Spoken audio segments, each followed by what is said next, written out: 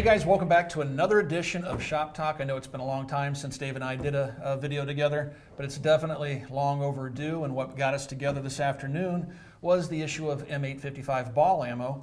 If you guys have been watching the Facebook page or just paying attention to the news, you'll realize that the ATF lost its battle, at least temporarily, to ban M855 ball. Dave, is that some M855 ball you have there in front of you? Some of the It is. Evil, much aligned, armor penetrating 556. And now elusive. Yeah, almost 855. impossible to find thanks to all the panic buying. And I was being facetious when I said armor penetrating. I don't know if you know this or not, I'm sure you do, but the military didn't design SS-109, which later became M855 ball, to be armor piercing. Basically, all they wanted to do was extend the range of the 556 rifle, and they used a mild steel core to do that. And so it wasn't considered technically AP ammo. It's a green tip, not a black tip. Black tip is AP. Different classification, and it's and on the civilian market, it's not considered that as well. Nope. And so the whole ruse that the ATF had come up with to ban armor-piercing ammo as if M855 was any different than M193 ball was just that. It was a ruse. They were just trying to see what they could get away with. They're misinterpreting the law, and they're defying the spirit of the law. If you follow the channel, you'll know I did an M855 ball video previously, and I showed a letter from several congressmen that had sent this letter to the ATF saying, we wrote the law, and we specifically wanted to exempt rifle ammunition when fired out of a handgun. But the ATF has just completely ignored the fact that these lawmakers told them that wasn't the intent of the law. So the ATF was definitely out of its realm there, and they pulled the same stuff with the 7.6. That was complete bogus. Another bogus move from the ATF to ban 7.6 because presumably somebody submitted a pistol to the ATF for approval in 5.45 by 39 caliber, and nobody can prove that somebody actually did. I mean, I contacted the ATF and said what pistol was submitted, and they wouldn't give me any information. I think that's the real shame, is that we didn't come out like this on the 7.6 ban. Exactly. The 855, the gun community showed up.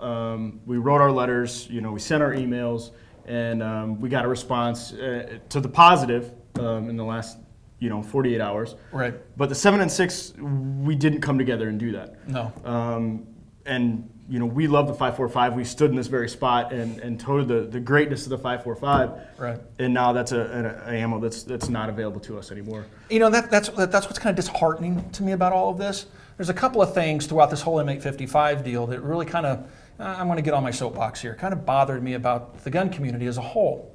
When the 7.6 ban was pending, the AR-15 crowds didn't come out in numbers to defend the 7.6. Nobody really cared. I don't shoot 5.45. I don't like corrosive ammo. I'm not going to write a letter. So, the 5.56 community kind of left the 5.45 community hanging. But the AK community, I know, because I run in AK circles, Rob Ski over AK Operators Union, he and I talked about this. Mm-hmm. The AK community got behind the 5.56, M855, saved the M855 movement. They got behind it. They were vocal. They helped, even though 5.56 isn't their caliber of choice.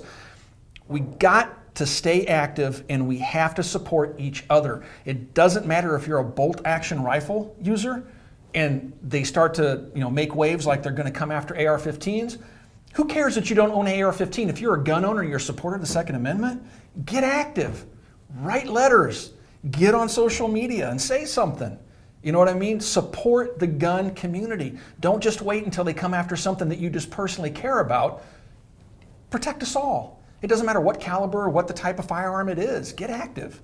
The 5.56 ban coming out second kind of gave us all a better perspective in what they were trying to do. Mm-hmm. The 7.6, in our minds, it's the first time they tried to do that here, at least recently. Right. And we kind of all associated with, okay, it's an imported ammo. It is considered a steel core ammo. So, we a lot of people justified it in their mind because of the reason they were giving.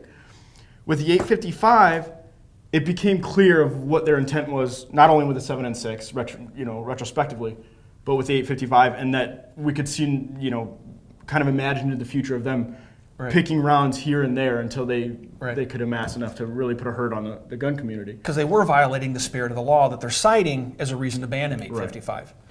And so, and how this could lead down a slippery slope is, let's say that they were successful in banning M855, and they may still try. It's not over with yet, guys, so don't, crack your beers open and celebrate too much. It's a small victory, but the ATF can still come back. They didn't completely do away with their intent to get rid of M855. They've just temporarily shelved it because the outcry from the public was so substantial, they had to act. But, if they got M855, and they're violating the spirit of the law, they're adding their own verbiage basically to the law, banning whatever they want, they could go after any rifle ammunition that's capable of being fired out of a handgun, anything. It sets precedent, it really does, because when we talked about 855 not being any different than any other sporting round, and if they were successful in that classification of this, they could essentially lump in any other rifle caliber because it's going to punch 2.3A body armor. So any 223 will punch through body armor fired out of a handgun. Right. Any 308 will. The further you go up the caliber scale, the more likely it is to punch through not just one panel of body armor, but 3, 4, or 5 panels of level 2 body armor.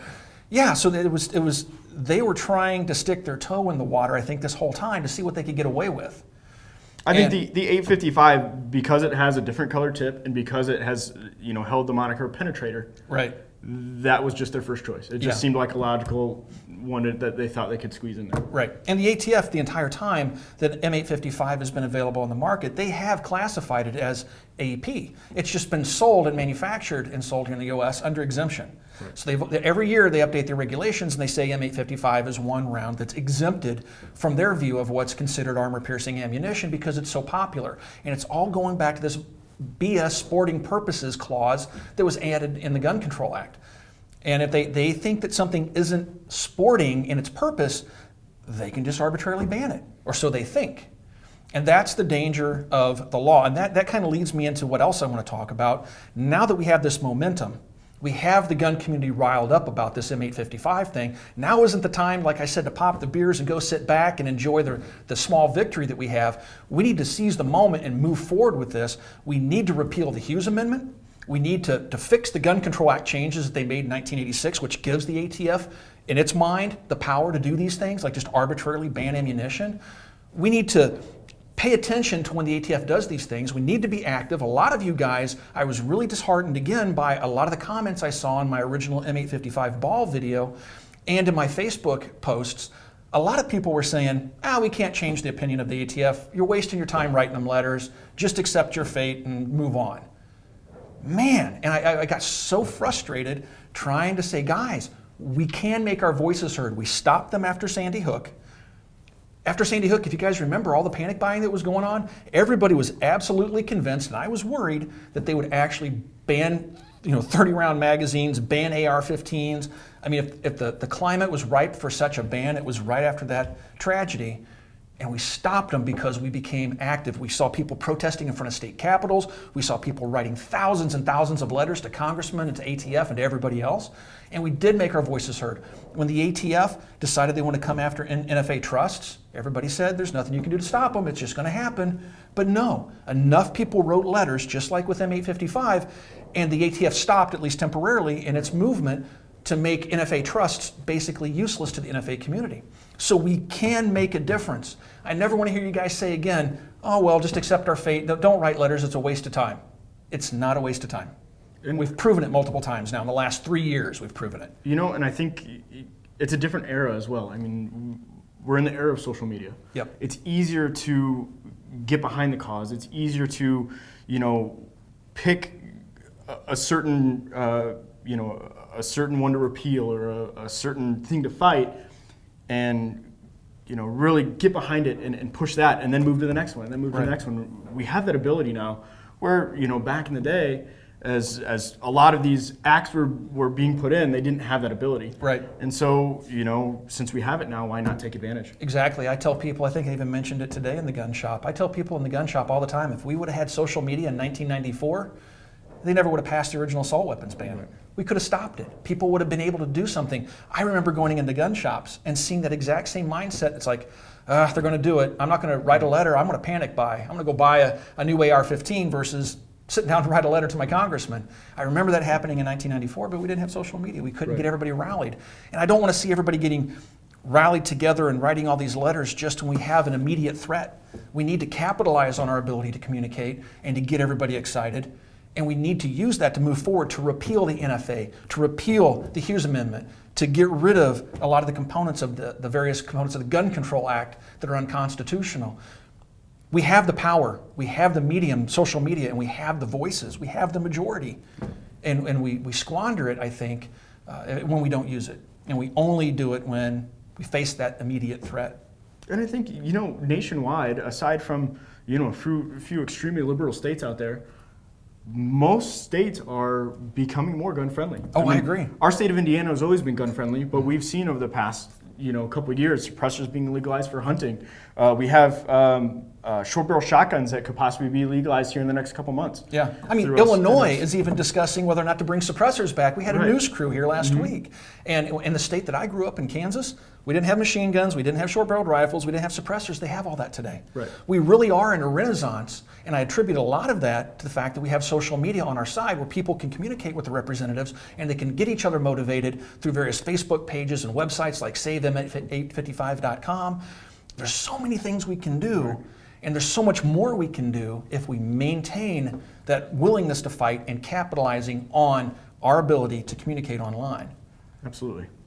So, hey guys, I really appreciate you taking the time to watch this video. If you have any questions, of course, you can ask us questions on our Facebook page. Also, if you want to support the Military Arms Channel, the absolute best way to do that is to shop right here at Copper Custom. It's coppercustom.com. I'll put a link in the description below. Also, you'll realize if you watch the channel quite a bit, I now release my videos early on Full30.com. If you don't know what Full30 is, again, I'll put a link in the description below and invite you to go by and check it out. Thanks again for watching, everybody. We'll talk to you guys soon.